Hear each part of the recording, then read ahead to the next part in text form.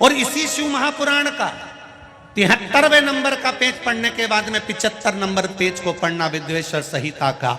उसमें लिखा है जो शंकर भगवान को जल चढ़ाकर उस जल का आचमन करता है वो 3 ताप से दूर हो जाता है। ये मेरा निवेदन है आस्था चैनल वालों से, पन्ना मैं निकाल रहा हूं और उसको मैं लाइन से अक्षरों पर लाइन दिखा रहा हूं। मेरा निवेदन है आप भी बताना कि शंकर जी पर जल चढ़ाकर पीने का कितना लाभ है। प्रश्न नंबर 75।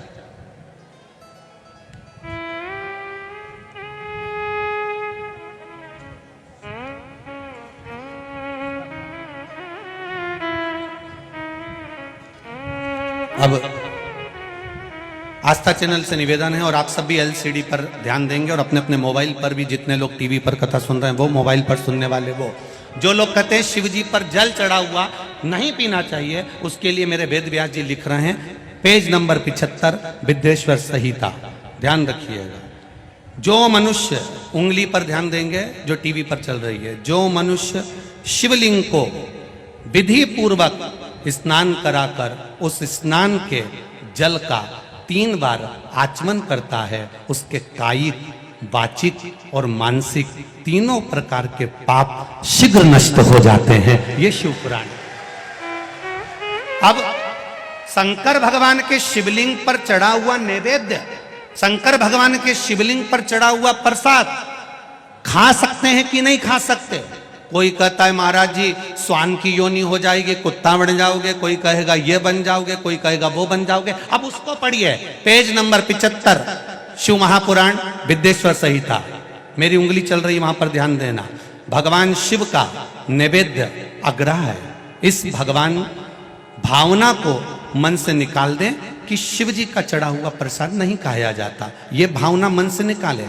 शिव के नैवेद्य को देख लेने मात्र से भी सारे पाप दूर हो जाते हैं, खाने की तो बात ही दूसरी है। अब क्या लिखा है अगली लाइन, उसको खा लेने पर तो करोड़ों पुण्य अपने भीतर आ जाते हैं। आए हुए शिव नैवेद्य को, जो शंकर का प्रसाद है, शिव जी पे चढ़ा हुआ नैवेद्य है, अगर वो आपके सामने आ जाए उसको सिर झुकाकर प्रसन्नता पूर्वक खा लेना चाहिए।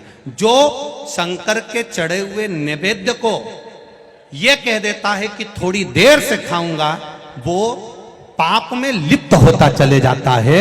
यहां तक उसका वर्णन किया, वो मनुष्य पाप में बंध जाता है। इसलिए शंकर को चढ़ा हुआ नैवेद्य, भगवान का बस केवल नैवेद्य का दर्शन ही हो जाए तो जीव कोटि कोटि पुण्य प्राप्त कर लेता है। वो शिव तत्व है, ये शिव महापुराण है। अब आज के जमाने में नए नए पंथ बन गए, नए नए पंथ चल गए, तो उन्होंने अपने को उठाने के लिए शंकर जी की निंदा कर दी। शिव जी के मंदिर मत जाना, शंकर का प्रसाद मत लेना, शिव जी को देखना मत, शंकर के द्वार मत जाना। हम किसी पंथ की पुस्तक की बात नहीं करते, क्योंकि सबने अपने अपने पंथ बनाए तो सबने अपने अपने भाव से लिखा। हम वेद व्यास जी ने जो विद्वेश्वर संहिता में लिखा उस शिव महापुराण का वर्णन करते हैं, जो आपने 75 नंबर पेज गीता प्रेस गोरखपुर की शिव महापुराण पुस्तक का आनंद करते हुए इस पुराण में पढ़ा। विद्वेश्वर संहिता स्मरण, भ्रांति निकालो।